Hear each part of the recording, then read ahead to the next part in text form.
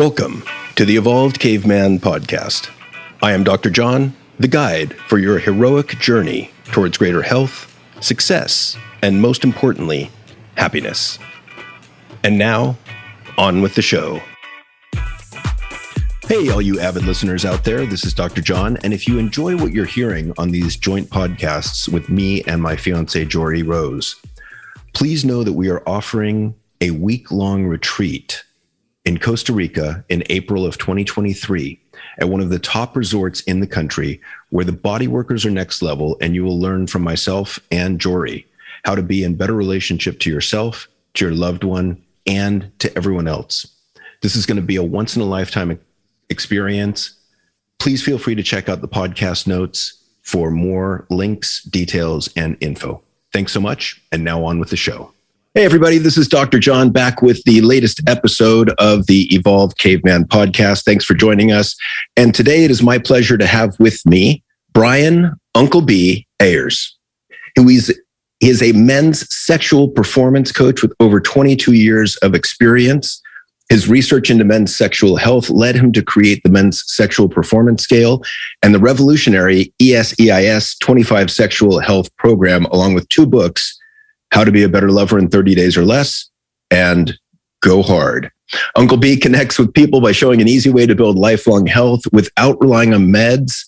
He focuses on helping people build stronger relationships by having superior health for fulfilling sexual health or life.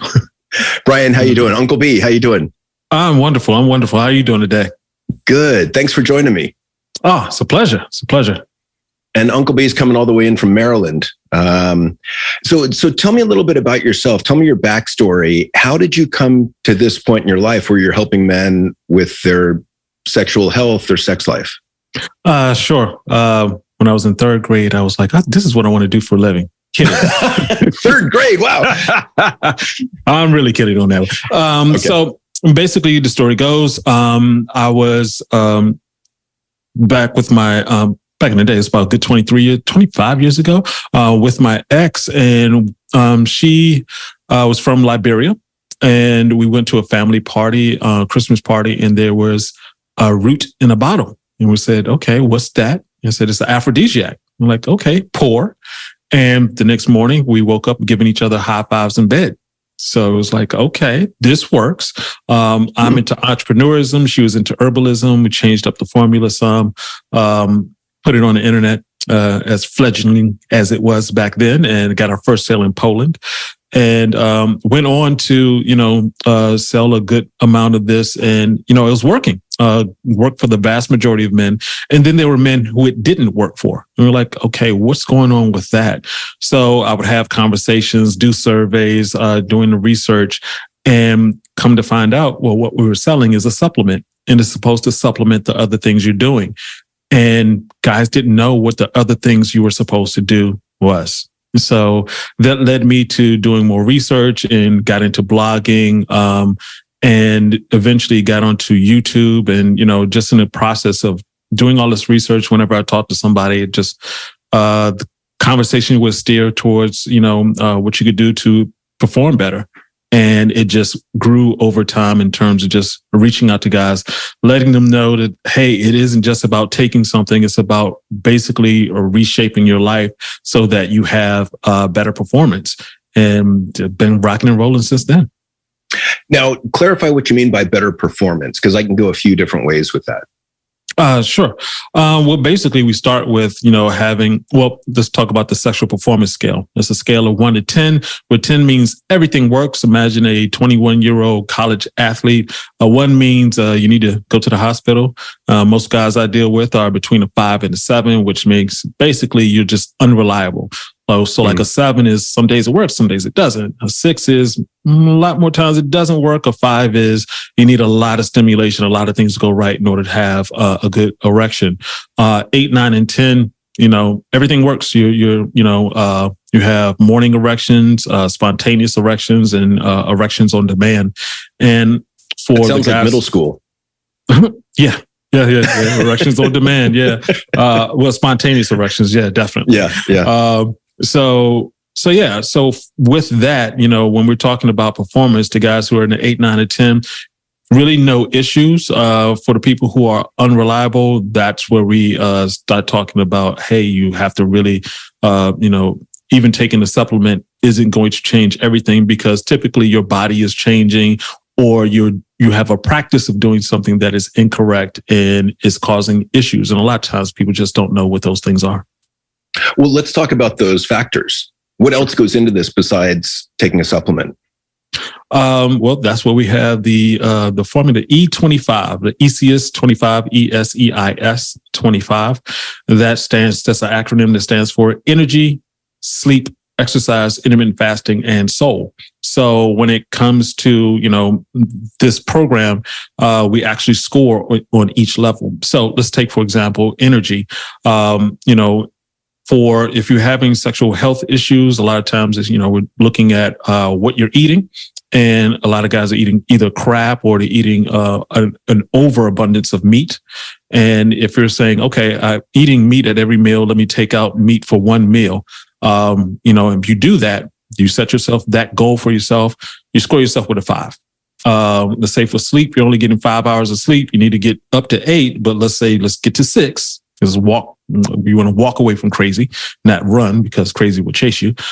So with, you sleep 6 hours, you get a 5. Exercise, even if you're, counting your days off, but if you're trying to get, into a rhythm of exercising, you say you're going to the gym, you score yourself with a 5. If that's your day off, you still score yourself with a 5. When it comes to intermittent fasting, you're having your 16 hours of not eating, your 8-hour window of eating. You do that, you get a 5. And of course, with your soul, we're talking about meditation and actually looking for things that stress you and dealing with those. You're scoring yourself with a 5 with that. So you set up your goals, you get all 5, you get 25. ESEIS 25. And the idea being that when you're doing these habits daily, you're improving 1% a day just with your different habits, then you're going to exponentially increase your level of health, because all 5 of these things are something that, if you're a human 2,000 years ago or 400 years from now, these are things that, occur in your daily life. In fact, the first 3 things your mother tells you about, eat your fruits and vegetables, go to sleep on time, go outside and play. The other 2, intermittent fasting and soul, that comes later on in life. But, once you're able to control these things, it takes care of your health overall. But, within that, there are certain things that, you have to focus in on in terms of your sexual health. So, for example, if you're working out too much, especially as you get older, you don't incorporate enough rest, then you can actually wear through your testosterone. I've done this a couple of times where I was just like, I'm gonna go hard, and I worked out so much I bunked in terms of just having energy, and testosterone levels just dipped. So when you're trying to, increase your performance, you need to look at the holistic side of things and not just like, hey, here's a supplement, let me take the supplement. I've talked to guys who are like, well, yeah, take the supplement, but I work the night shift. I was like, well, okay, your testosterone forms while you sleep, typically overnight. And so if you were working the night shift, there's actually a regimen of things that we talk about in my videos that you need to do, all the ways from, it's just your body needs to understand that, hey, I need to shut off. Just like the sun goes down, it gets cooler. Those are all signals to your body, your melatonin, serotonin, all the good stuff to go to sleep. So with this process, it's like, even you're leaving out from work, get us first thing in the morning, put some sunglasses on, some blue light blockers. You actually need to sort of cover your skin, because your skin will say, hey, the sun is touching me. That means I should stay awake. So it's a lot of things that you need to understand so you can actually go to sleep and get a good day's sleep, if you will. And at the end of the day, understand that you really need to, if you can, understand life is life, but, get off the night shift. So, yeah, I mean, it's fascinating to me, because I've talked to a lot of men about this issue over the years. And, I think part of it is cardiovascular. I like, energy, sleep, exercise, intermittent fasting. You say soul, I would say psychological health. I think it's kind of, they're similar in a way. Yes. And I'm always amazed at how much poor performance in this area affects our sense of masculinity. And second, B, how just one time with younger guys of their penis not performing in the bedroom creates so much anxiety and stress and worry that it becomes a self-fulfilling prophecy afterwards. Yes, absolutely. And they call it spectatoring. So basically, you're when everything was working before, you never thought about it. You never thought about it. It's like, I'm going to have an erection. Then you have that one time. You're like, oh, I'm not sure if this is. Oh, let it happen 2 times, and now you're in just shock. Like breathing or walking, right? It's just an automatic behavior. And then, when you start thinking about your breathing, you're like, am I breathing deep enough? Am I breathing hard enough?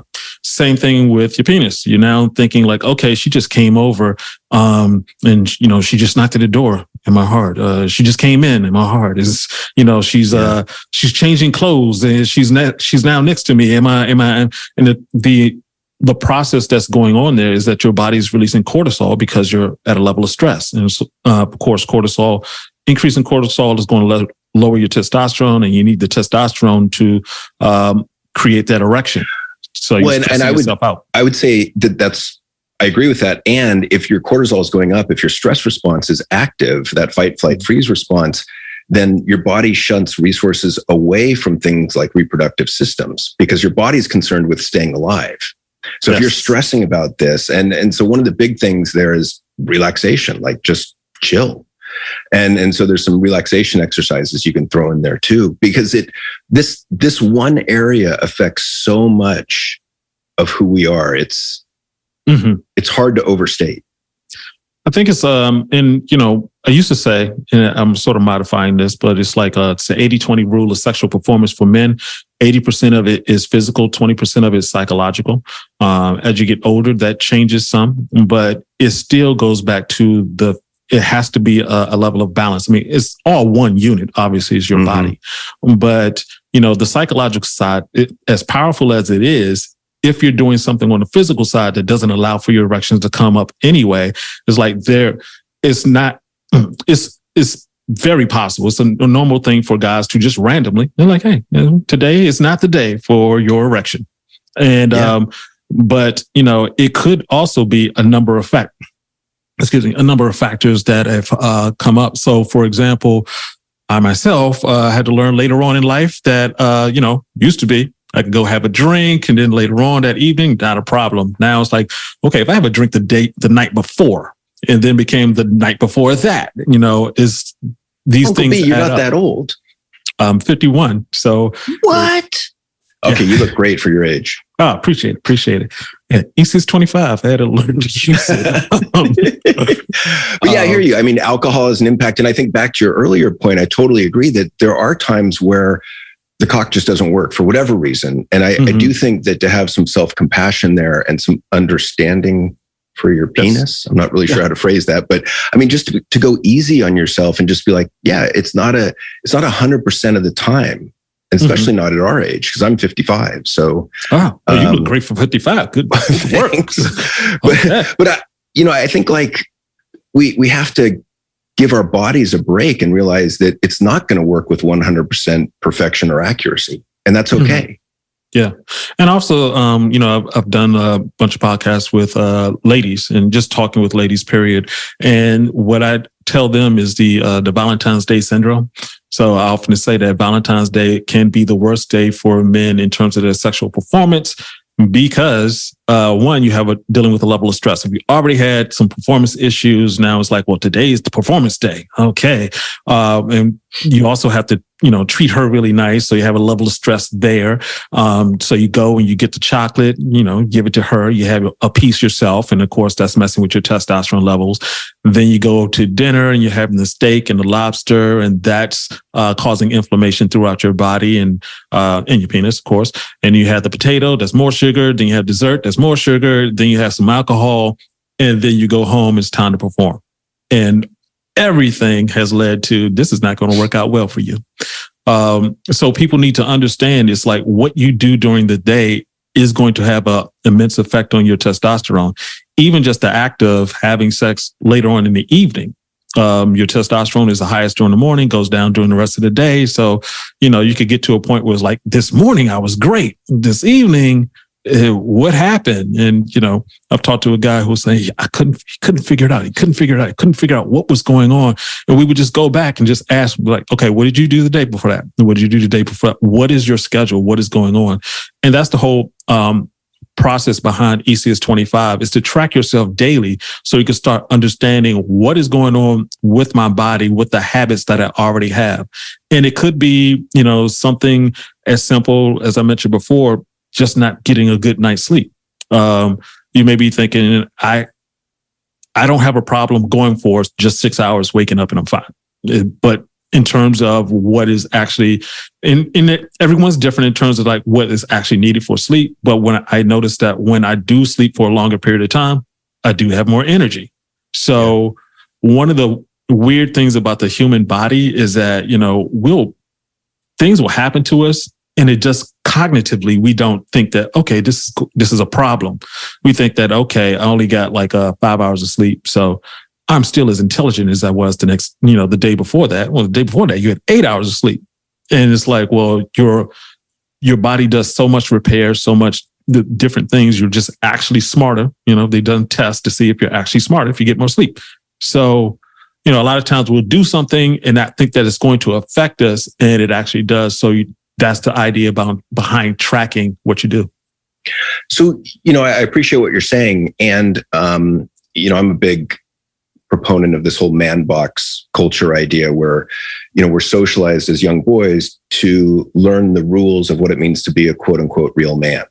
And, there's some good and some bad in there, but some of the rules are things like win at all costs, be competitive, dominate women. And obviously the dominate women's not a real good one, but I think a lot of these have psychological after effects. So a lot of the men that I've talked to have been over-focused, hyper-focused on achieving orgasm as if that's the win, right? And if I don't have an orgasm, then I've lost, I've failed. Yeah. And so give me a little bit of thought about that. Sure. So there's always that saying, we're making love all night long. And I'm like, okay, if you want to do that, then you have to understand something. You don't have to have an orgasm. You can have sex. Sex is pleasurable in and of itself, but because of movies, because of just the way people anticipate things, it's like every time you have sex, you're supposed to have an orgasm. And if you think of it from we're thinking of it in today's system where it's like where we have birth control. And it's like, well, if you had an ejaculation every time you had sex, the world would be super overpopulated. It's just, your wife will be pregnant like every 9 months. And we just hit 8 billion on the planet. Yes. And that's with 50% of men not having sex, or not having children. So there's a lot of guys out there who are getting it in. But in terms of what you need to do is like, just realize that you don't have to go by the movies. You can go by, hey, I enjoyed it. Let her know, of course. I tried this without letting her know, and she was really upset. For a lot of women, it's like, this is what I'm supposed to do. It's easy to take it personally. Yes. It's like, let her know. It's like, hey, it's fine. The next time, it's like, because women don't have orgasms necessarily every time. So it's not necessary for a man to have an orgasm or to ejaculate. And of course, we have that difference between ejaculation and an orgasm that gets into some Tao systems and a little bit deeper. But yeah, those two things are actually separate items. We just think that they come together, literally. No pun intended. No pun intended. But yeah, there's a separation there. But yes, you can enjoy yourself. I mean, I think that's the main thing. Like you said, we're taught to be competitive, and even that domination thought process that, I'm going in and I'm just going to jackhammer approach. Yeah. Yeah. It's like, what are you doing? Just relax. It's supposed to be an intimate thing. You're into your mate. So that goes beyond just the sexual part. It's like, hey, this is relaxing. This is calm. This is fun. We'll do this again. Not necessarily like I have to prove. I'm not sure what you'll be proving, but yeah. Well, and I think there's a lot of elements to it, to making love. I mean, which is different than fucking, which is different than screwing. And so I think, if you're making love, there's a lot to it that doesn't necessarily have to end, or the yardstick doesn't have to be orgasm. So I just want to, any male listeners out there that worry about this, let me just give you permission that you don't have to achieve orgasm to have pleasurable sex. Mm-hmm. But I think you're absolutely right, Uncle B. You got to talk to your partner and just let them know, hey, that was fantastic. I really enjoyed that. And, I don't even know if you need to say, hopefully next time I'll achieve orgasm. But I think, one of the interesting questions to me is, to ask your partner is, what does it mean to you to make love? Because it means different things to different people, right? Like it can mean connection, it can mean repair, it can mean intimacy, to your point, it can mean orgasm, it can mean stress release. It can mean anger release for some people at sometimes. Mm-hmm. And so I think it's a worthwhile conversation to have, to make sure you're meeting your partner's sort of expectations of their definition of sex. Yeah. And I think that's the whole part of when we say love, we say intimacy and into your mate, understanding what the person is, because everything that you just described, that could be like Monday, Tuesday, Wednesday, Thursday, Friday. Every day is a different, today I need to be love. Right. Today I need to get some anger out. Today I just need to be calm. And so, when you're with a person who understands you at that level, that's when you're making love. Because when you're fucking or you're screwing, it's just like, I'm going in for myself. I hope you have a good time too. But yeah, fucking to me is selfish, and it's related to power over rather than power with. Good look. Yeah, I like that. Does that make sense? Like it's that is about domination. It is about power. It is solely concerned in general, I would think. And I think of this more like one night stands, and I think a lot of guys have learned this from watching porn. And, it's not, porn is not the best sex educator. Not at all. Just to state the obvious. Yeah. I want to include this right quick, that for guys to be extremely careful with porn. If you have sons, even daughters nowadays, who are paying attention to porn, especially for the men, what typically happens is that, not typically, once you're looking at porn, of course, dopamine comes out because like, hey, this is fun. Our greatest entertainment set is between our legs. So looking at porn is just something that you would naturally do anyway, except it would be an actual person. But if you're looking at it, your body's releasing the dopamine. And of course, you have dopamine receptors that need to receive it. Well, if you're constantly flooding your brain with all this dopamine, the receptors just say, okay, I'm done. I can't receive anymore. This is too much. And so when you go and actually get with an actual human, your brain is like, okay, well, I'm releasing the dopamine so we can have fun. And the receptors is like, oh, I'm good. So you're not actually connecting with the person anymore. Yeah. And the reality, I think, often doesn't stack up against what you've been seeing on your computer or your phone. And so then, and this is interesting to me because it's led to an epidemic among younger men in their 20s of erectile dysfunction, which kind of enters into this conversation as well. Yeah. Yeah. I call it, it's a form of partner ED. It's like when you are no longer, there's different ways of looking at this, but when you're no longer sexually attracted to, or not sexually attracted to the extent that you're supposed to be, because you're watching porn, you're, enjoying porn. By the time you get with this person, you're missing out. And to the point that you're making, it's like you're now imagining scenes because, with that dopamine hit, you have to get more and more, something crazy. It's like, oh, okay, 1 person, 2 person, 3 person, a horse, a monkey. It's like this way too much stuff going on. And now you're with a person and, they don't necessarily. And your mind's like, boring. Yeah. This is not the hot model that you were looking at. It's like, well, sir, you're not a hot model. And I've seen that before with guys that go deeper and deeper into these rabbit holes of porn, where you start out with pretty normal stuff, and by the end, someone's getting beheaded while having an orgasm or something crazy, and it's like, that's what you need now to achieve orgasm. Like that's going to make real life pretty rough. Oh yeah, absolutely. And I think there's some things that I say, well, it's easier to talk to people who are in relationships. Some just relationship advice. One part of partner ED is that you're in a rut. Outside of porn, you're just in a rut day to day. I go to work, I'm stressed. I'm driving home, I'm stressed. I get home and I see her. I go to work, I'm stressed. I come home, driving stressed, and I get home and I see her. And if any level of stress she adds, oh my God. And then you repeat. And then you just get to a point where you see her and you're stressed. And without knowing it, you've moved away, and obviously it's going to be reflective. She's going to move away from you and now you have problems. So one of the best things to do, two things that really work. One is to take staycations. Not necessarily, break the bank and need to go out of state, but okay, send the kid somewhere, and just find a hotel, something that's, that you two could just go sit in for, whether it's the evening, maybe you need the whole day, maybe you stay overnight, whatever it is, so that you can build your connection back. And the other thing is to schedule sex, as mundane or routine as it actually is. No, I said mundane, but routine. I got this from another gentleman, and he was saying, on Mondays and Thursdays, I think it was their days. And, it's so that both of them can prepare the headspace.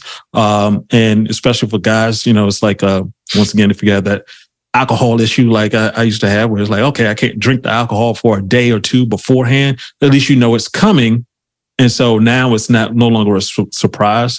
You have a less level of stress for both of them, because it's like, okay, I'm prepared, instead of it just being like, oh, today? Crap, I just had a drink earlier. Well, the other thing that I think enters into this is the idea of foreplay. And I think men look at foreplay as lasting seconds. Women look at foreplay, and I think rightfully so, as lasting hours, if not days. And so I was just thinking about this when you're talking about scheduled sex. One of the things I would suggest along with that is, send your partner flirtatious texts. Send them texts that you desire them. Send them texts that you can't wait to see them tonight. Like, build up the anticipation and the sexual energy before you even see each other that evening. Yeah. And I think that's a big, because I think that men downplay the importance of the psychological side of sex, because probably for the first 30, 40 years in their lives, they never needed that. Right. And I always say foreplay is for men. I absolutely agree. It works for women, but you think about it, when I was at the University of Maryland, right down the street from here, I'm on campus. You have all these women and, there's co-eds and, everybody's, who's hooking up with who, et cetera, all the great stuff when you're in college. And then when I went into the workplace at AT&T corporate, it was like, oh my God, the women's age changed drastically, their status in life in terms of like, I got 4 kids. And they're like, oh, wow, that doesn't turn me on at all. The conversations about soccer mom stuff and 401ks. And so nothing is turning you on anymore. You're just going through life just like, oh, okay, this routine. And so, you need to be able to have something around you that can turn you on. And if you're married, hopefully it's her. And, being able to verbalize stuff. And for a lot of guys, I don't think they recognize, because men talk 3 times less than women. I think they use 2,100 words a day. We use 700. So, when we verbalize things, typically if you're looking at, if a guy's having sex, he's not really saying something. It's more her. But when we start verbalizing during sex and before sex, we're actually turning ourselves on. So you sending that text, your brain is going, hey, so you tonight, you don't, oh, okay, yeah. Oh, baby, wear that thing tonight that I really like, et cetera, et cetera. It's sending a signal to your brain instead of, well, the 401k is not doing well today. You're getting a different signal. Yeah, so you start to get the blood flow going early. Exactly. And I think the other thing along these lines, which I really like, and this is from a conversation I had a while back, so I might not get it 100% correct, but my understanding is that men take 7 minutes to reach full physiological arousal. So 7 minutes of foreplay, and women need like 42.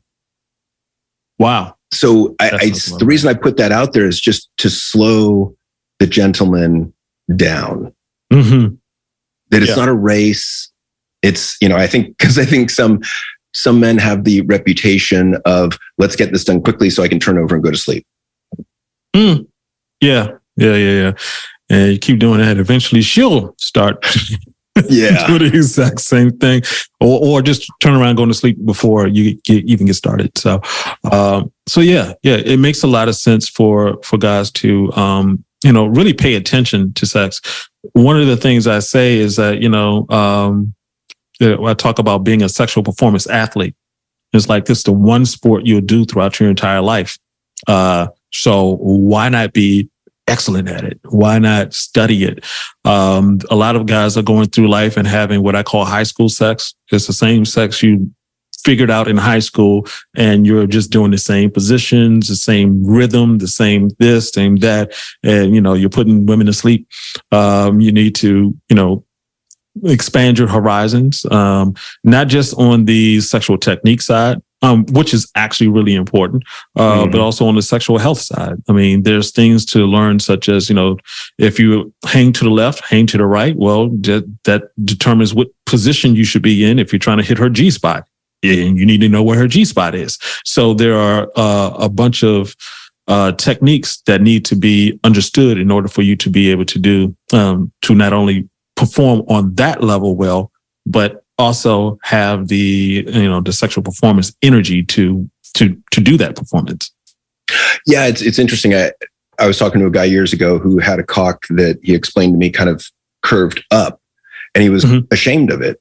And I was like, seriously? Okay, I get the shame. I don't think it's warranted, but in my thinking, that's awesome, because that's going to help you reach a G-spot. Yeah. Depending on, do you know how to use it? And so, I get your point. The other thing that comes to mind as you were talking is the importance of novelty in sex, because I think, you talk about getting in a rut or routine. And I think, there's these yes, no, maybe lists that you can look up online. And it's, a one pager of, 30 or 50 different sexual acts. And you and your partner go through them separately and just say yes, no, maybe, to each one. And then you can compare lists. Yeah. And where you have yeses, obviously that's a match. Where one of you has a maybe and one has a yes, then you can talk about, well, when would you be available for that? When would you be open to that? Under what conditions? Great. And so I think to look for ways that you can kind of push the bedroom envelope, so to speak, whether it's dressing up or handcuffs or restraints or feather ticklers, whatever it is. I think novelty is an important piece of this equation. Oh yeah, absolutely. Yeah. You don't want to get into any type of rut in the bedroom. And in fact, if you think about it in terms of what you remember, typically people remember different things. So if you're just having sex in the same room, in your bedroom all the time, okay, well, what was memorable about the last time? Well, it was the same stuff. Now, if you happen to go into, the kitchen, find another spot, hang out in the shower, do something that's different so that you can say, oh yeah, remember that time we did this. I have an old friend of mine. Let me not say old. A friend of mine I've known for a long time. Yeah, and a long time friend. Yeah, a long time friend. Yeah, she says, remember that time where we were at your parents' house and in the basement, and it was like that was like 30 years ago. What are you talking about? But hey, that's that. It's that memory is, we've done other things since then, but that particular thing stood out for, a variety of reasons. So you want that part of it. So, you're setting yourself up. For me, the whole goal of ECS 25 is to, or let me just say E25. The whole goal of E25 is to set yourself up so you have habits that will last for a very long time, so you can have sex for a very long time. I mean, I personally want to be, but I personally, if I'm going to be in an old folks home, I'm going to be that one guy in the old folks home that all the ladies visit. So, but watch out for STDs because those are rampant in nursing homes. That shocked me, but let me. Well, and kind of gave me hope too. At the same time, it was very, kind of bittersweet. Anyway, so tell me what. So we have female listeners that listen to this as well. I think trying to get in kind of the back door of the minds and psyches of men. What do you want women to know about men's sexual performance? Okay. Well, the Valentine's Day story, once again, if you want your man to perform, you have to understand what he needs to eat. So you can encourage him or actually go buy it yourself. I often talk about the difference between the type of food that men need to eat is just energy. When you're having sex, the whole goal of the nature's goal of you having sex is for you to procreate. So you're actually giving energy to her so that, we can have a baby. And so in order for your erection to function, you need to have energy, because nature is like, well, if you're sick, there's no need for you to reproduce. You're not going to give a healthy child. So that's the reason why, your erections can go first if your energy is down. If you have bad circulatory system, bad whatever's going on, that's the reason why you're losing your erection. So if you're going to consume something, you need to consume energy. There's one aisle in the grocery store called the produce aisle. That's where all the energy is. Everything else in there is designed to stay on the shelves for as long as possible. And if you consume it, it'll stay inside your body for as long as possible. So you want to, and also the difference is that the food that humans need to eat is all wet, even down to the lettuce, fruits, vegetables, etc. Nuts, it still got some moisture in there. If you're looking at everything else, your Ritz crackers, your potato chips, it's all dry. And so you have to be careful of that. So that's as far as the energy is concerned. And also, looking at the time of the year, it's like men need sun. Everyone needs sun, obviously, but that vitamin D that, as a precursor for your testosterone, you want to get that from the sun. 80% of vitamin D is coming from the sun. You're also looking at your water consumption. So, make sure he's drinking enough water. So there's a lot of things you can do in terms of supporting him. Encourage him to go exercise, encourage him to get to sleep, take stress off of him. And that's a huge part. Be aware of the level of stress that you could actually be giving someone without knowing it. Once again, men talk a lot less. The whole thing of, I appreciate the whole thing of a man being stoic. Needing to be in control of his emotions. I know a lot of people talk about, being more emotionally open, but it's like, well, there's a particular reason why, my nephew was coming running down the street and he hit the ground. And it's like his knee was messed up and he's sitting there crying, and me and his father, we were sitting there talking, and we just looked down at him and we just kept on talking. And then he kept crying. He was like, his father said, hold on a second, son, as soon as you stop crying, let me know what's going on and we'll take care of that. And we continued talking. And one of my relatives, she came, I was like, why you just see him on the ground like that? It's like, okay, the reason for that is because he needs to understand he needs to be in control of himself. If he and his sister are running full speed from danger and he falls, he needs to be able to get back up, go take care of his sister and get out of there. That's part of the control of your emotion. Obviously, some people take it too far, but you want to be able to have control of your emotion. Yeah. And I agree with that point, actually. And I would say the caveat to that is I want parents to teach their children some tools to be able to manage the emotions when they get in that situation. Because like in that example you gave, you can't tell anything to the son or your nephew in that point because he's too emotional. So those tools have to be kind of fed into him when he's calm, and then they take practice. Yes. And there was okay. So what about if, let's say, man and woman, we're assuming heterosexuality here just for ease of conversation, are in a bedroom together and they've been fooling around for a while and he's not getting hard. What would you suggest to the woman is a good way to be supportive in that situation? Just recognize that you can. If I'm assuming you're in a relationship, that you don't have to have sex right then, because it's as much as a woman. I'm speaking from my own personal experience. As much as the woman wants to be supportive, we're going to be hard on ourselves because we're trying to get hard, and so we're just thinking more like, get up. Increasing the cortisol, increasing the stress, and that's not going to work. So there isn't like some magical switch that's just going to happen. It's like, hey, the one thing, maybe you can have that discussion of like, hey, what did you do earlier?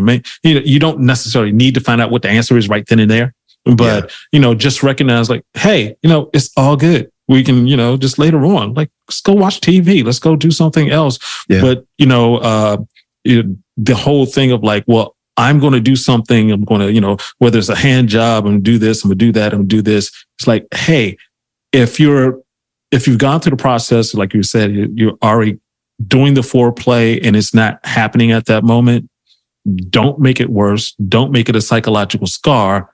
Just relax. Enjoy and say, hey, we'll come back to it at another time. Yeah, I think you're on point. Just the idea of you could do other things in the bedroom besides intercourse, maybe please her, for example. And the other thing, just I would say to the woman is be aware of it. Try not to say anything that's going to increase shame, because my guess is that most men feel some degree of shame about that. And what is shame but the belief that I'm unworthy of love, connection, and belonging? And so I think we want to be careful. We want to be really, really gentle around that issue because it does hit men so deeply in their psychology. Absolutely. Yeah, you're 100% right about that. I mean, because men are taught that we're only as good as our last achievement. Well, I think that's true in the bedroom as well. So that's why I think it kind of stays with us. And the memory becomes a little sticky, no pun intended. But I would just say be aware that one of those episodes can bring shame to men. So you want to be really careful as a partner in that situation to just make it as little a deal as possible. Yeah. Exactly. Because just as just for the female listener, just as a woman would think about it incessantly, that's the one thing that we'll think about incessantly.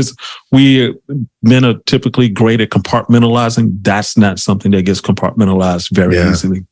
I've seen it screw up a lot of men's psyche. And, just having those conversations over the years. So on a sexual performance scale, I know some guys who were zeros. And so, it's for different reasons, typically, steroid abuse or taking a particular medication just knocked it out. They weren't functioning at all. And so the interesting thing, or, you have different surgeries like prostate surgeries, which affect the nerve endings down there. So it takes a while for that to get back together. But what tends to happen is that, for a lot of guys, they end up checking out of the relationship because it's now, okay, well, I can't perform. And so I'm seeing her. So it's a constant reminder that I can't perform. And now I'm concerned that she's going to leave me. So let me leave before she leaves me type of situation. If she's going to be happier without me. I mean, it gets really deep. The other side of it is in terms of the relationships itself. I've dealt with guys who the reason why they were contacting me is because they had gone through a divorce because they couldn't perform. And now they're back out on the dating market. And it's like, well, okay, how do I, when you say it gets into your head, it's like you see a woman and you want to approach her, but something in the back of it, like, but you're trying to have sex with her? Come on now. Yeah. It didn't work before. And so you have families getting broke up. You have guys, as one guy I was working with, he didn't get, he proposed after we were able to get things working because he wasn't going to propose if things weren't working. I also talked to a guy who said he knew why he was going to get divorced before he got divorced he knew why he was going to get divorced before they got married. And that was because he couldn't perform. So this, like when I was kidding earlier, when I said, I thought about being a sexual performance coach when I was in third grade. Is like, I really didn't, for a long time, really put myself out there in terms of talking to guys, because it's like I didn't want to be known as it's a little uncomfortable. Yeah, it's like the dickologist, the number of the dick guy. Yeah, you don't want to be that guy. I've heard so many of them. I was like, especially when I got on the YouTube, it was like I do not want guys just like, hey, it's the dick guy over there. Not the thing. And plus, sorry, I don't mean any disrespect by that, by the way. I've heard it all, and it's fine. It's fine. But these are uncomfortable topics to talk about, so I appreciate you coming on and talking about it. Oh yeah. Oh, and for me, a lot of times we hear people saying that guys don't want to talk about it. When we get it open, these guys don't want to shut up. They'll just let me. It's like, hey, there's a little bit too much information there, buddy. But it's over time, once I realized the relationship aspect of it, it became less of fixing a tool or just having a guy perform better. Sorry, you just said, speaking of the relationship aspect, what is your take? And I guess you could say personally, but any other take is fine too. Mm-hmm. I've always been curious because I think we're led to believe as men growing up that we are supposed to always be ready for sex, that we never turn sex down, that part of our masculinity is the number of women we've slept with, and therefore one night stands are amazing. What's your take on one night stands versus sex in a relationship? A good relationship, let's say. One night stands will eventually lead to stress. I mean, typically there's it seems like it's, this is great, but it's like, in some ways, I mean, it depends on where if you're doing a one night stand in a different country and the person doesn't have your email or they can't find you on Facebook. I mean, today, one night stands aren't the same because the person can still find you. But you still have to deal with the person. So, sometimes one night stands lead to two night stands type of thing. You're like dealing with it. You don't know who you're dealing with. So there's a stress level that's there. And also, exactly what did you just do? You had sex with a person. Was it a miraculous, great experience? What happens next? You're just dealing with something that's, sort of null and void.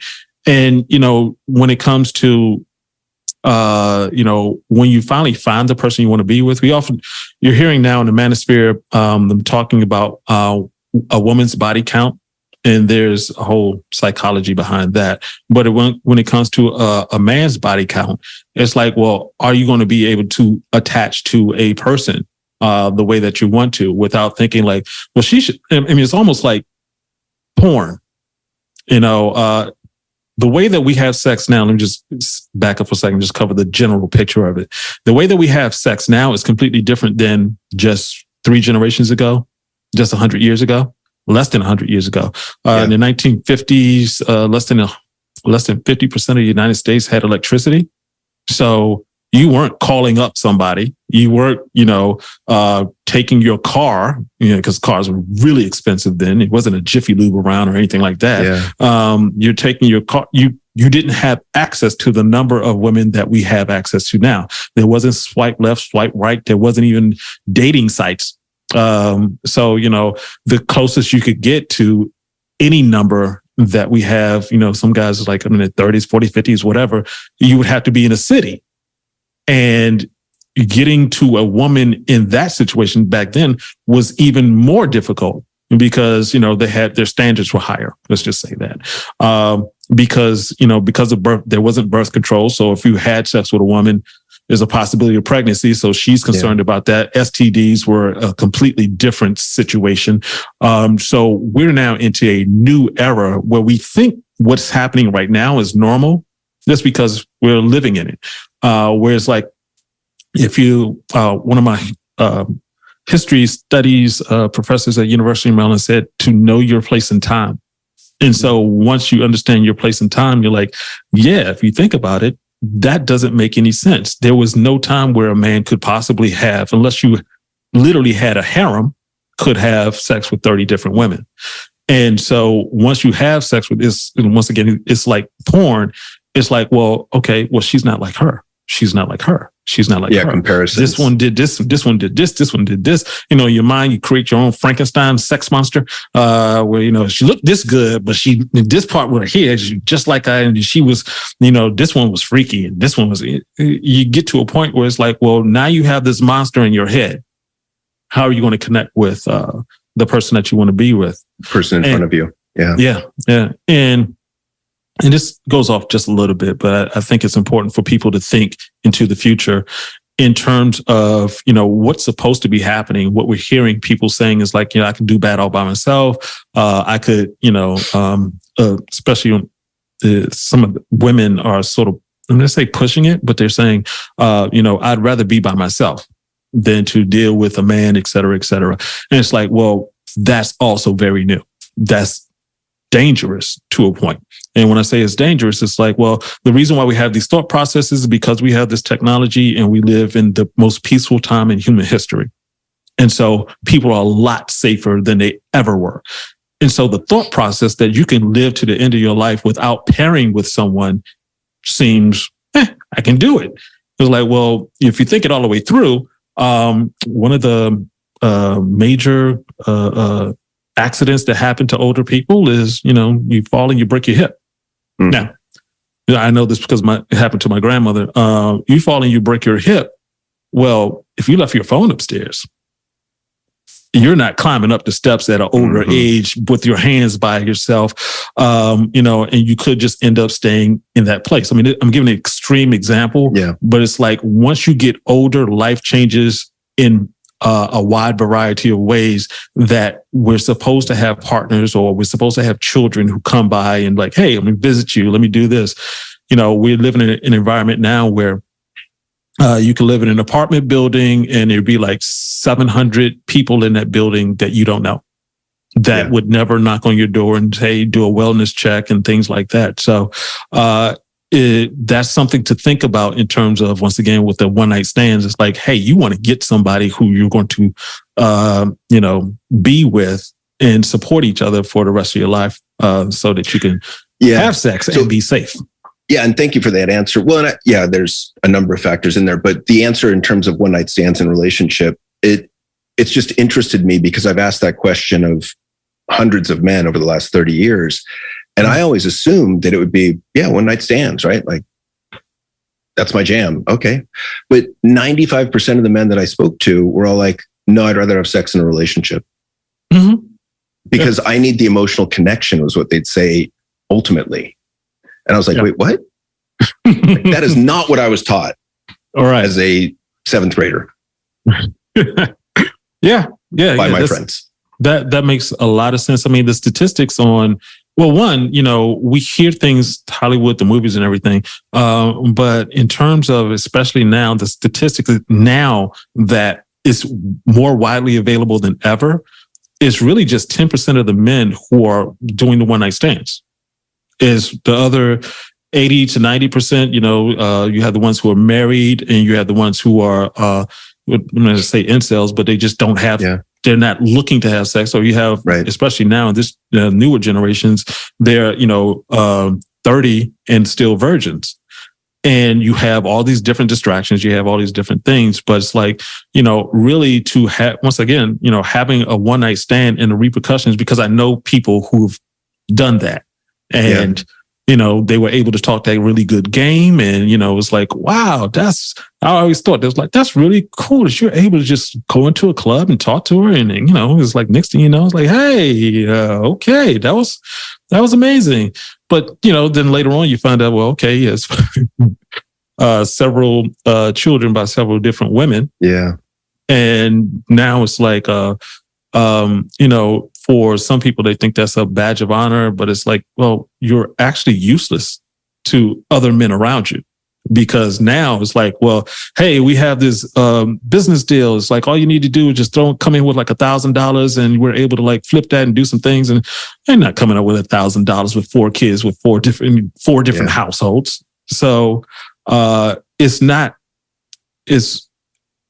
think what has ended up happening is because telling someone that you've had sex with various women sounds exciting, people gravitate and pay attention to. And because you actually did it, you're more likely to say it than the guy who's like, nah, I think I did that maybe once. And it was like, I just didn't do it again. You're not hearing from those guys. So it's skewed. So exactly. And then that's why I wanted to put that message out there for anyone that's listening. Just if you're a man and you don't vibe that much with one night stands, I think it's more normal than not. So Absolutely.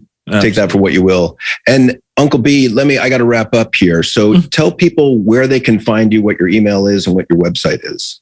Okay. So the supplement that I've been speaking about is called Good Wood. We protect family jewels with this supplement. It's an all natural liquid aphrodisiac, not a pill. It's liquid. And you can find that at givegoodwood.com. And if you're trying to reach me on the platforms, Facebook, Twitter, or Instagram, just at Give Good Wood. Just reach out to me. Also, you can go to my YouTube channel. We have over 300 videos talking about everything from premature ejaculation to masturbation to porn addiction to if it deals with a man's sexuality, we should have talked about it by now. Yeah. So it's YouTube / Brian Ayers 23, BrianAyers 23. Or you can also type in give Good Wood with that also. Please check out the website Give Good Wood. We actually have access to ECS 25 on there. So not only do you get the supplement, you get the program that supplements that supplement. So you get the best reaction out of it, the best results out of it. And also we have the men's performance quiz. So you can take that quiz and find out where exactly you are on the men's performance scale so you can get yourself together. Fantastic. Well, thanks so much for taking the time to have the discussion. I think it's a really important discussion, and I think more men need to get behind and aware of their sexual health. So Absolutely. Thank you. And that is it for this episode of The Evolved Caveman. Thanks so much. If you like this episode, please feel free to like, rate, review, and share with friends. If you didn't like it, then you don't have to do a damn thing. Thanks so much. I'll see you next time. Thank you for listening to the Evolved Caveman podcast. If you like what you've heard, support us by subscribing, leaving reviews, and sharing the podcast with friends and colleagues. For the latest, most powerful tools to connect with like-minded men, join the Facebook group at The Evolved Caveman. Follow Dr. John on Instagram at The Evolved Caveman, all one word, or join the email list by visiting guidetoself.com.